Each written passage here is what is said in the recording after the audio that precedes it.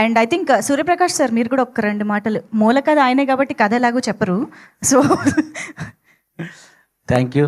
నేను మీడియా నుంచి వచ్చిన వాడిని అండి, మీ స్నేహితుడిని. అందరికీ తెలుసు ఇక్కడ మ్యాక్సిమం అందరికీను. మన వన్ ఇండియాలోను ఏషియానెట్లో ఇట్లా పనిచేశాను. పవన్ గారు నాకు మంచి మిత్రుడు. ఆ తర్వాత డైరెక్టర్ గారు కూడా అయ్యారు. తర్వాత తరుణ్ భాస్కర్ గారు అవుతారేమో అని అనుమానం. ఫరియా గారితో పరిచయం అంటే నేను జాతిరత్నాలు కో రైటర్గా పనిచేశానండి. అది ఆ సమయాన్ని చేసిన తర్వాత కాబట్టి ఓ రకంగా అనుబంధం ఉంది, వేరే రకమైన బంధం కాదు. మూల కథ కాబట్టి మూలను కూర్చోబెట్టకుండా పిలిచారు, సంతోషంగా ఉంది.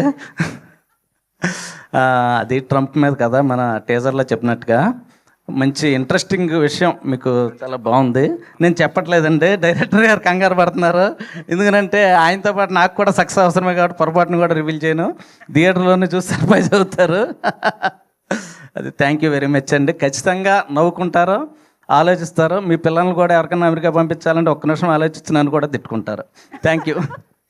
Thank you sir. సార్ ఇటు ఇచ్చేసేయండి. Thank you so